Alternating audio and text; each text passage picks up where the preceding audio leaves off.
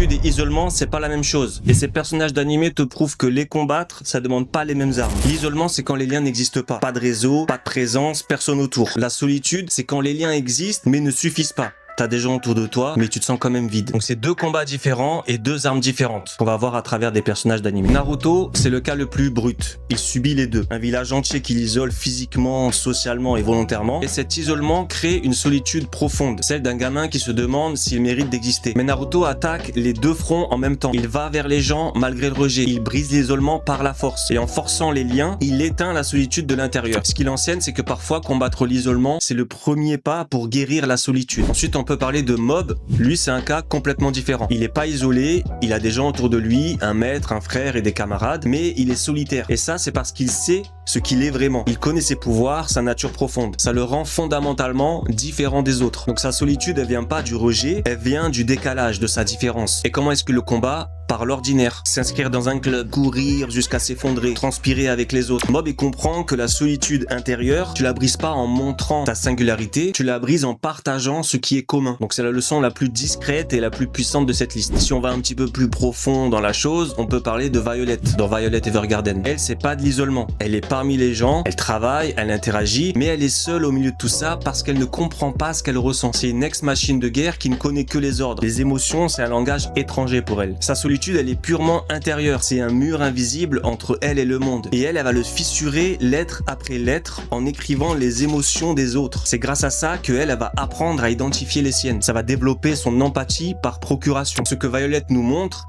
c'est que la solitude émotionnelle, elle ne se combat pas en cherchant des gens, elle se combat en apprenant à ressentir. Et là, il faut que je vous parle de Bojji, c'est l'inverse de Violet. Il n'est pas solitaire dans l'âme, il veut des liens, il sait aimer, mais il est isolé. Il est sourd, il n'arrive pas bien à communiquer, il est minuscule, il est méprisé par son propre entourage. Le monde autour de lui le rejette. Et dans n'importe quel autre animé, il deviendrait fort pour prouver que les autres avaient tort. Sauf que Bojji, il ne cherche pas la validation. Il combat l'isolement par la constance, en restant lui-même, sans forcer, sans crier, jusqu'à ce que les gens le voient vraiment. Ce que Bojji nous enseigne, c'est que l'isolement imposé par les autres, tu le brises pas en devenant ce qu'ils veulent, tu le brises en restant ce que tu es. Et tu fais ça assez longtemps pour que les regards changent. Mais le personnage qui va plus loin encore, enfin en tout cas il faut absolument que je vous parle de ce personnage, c'est Thorfinn de Vinland Saga. Parce que lui, il traverse tout. D'abord l'isolement. Il se coupe du monde volontairement parce qu'il s'enferme dans sa vengeance. Les gens autour de lui n'existent pas. Seul sa rage compte. Et quand la vengeance disparaît, l'isolement tombe, mais la solitude explose. C'est le vide total. Il sait plus qui il est, il sait plus pourquoi il existe, et c'est dans ce néant que va commencer le vrai combat. Thorfinn s'attaque d'abord à sa solitude et il se reconstruit de l'intérieur, brique par brique, en servant les autres, en travaillant la terre. Et c'est en se retrouvant lui-même qu'il peut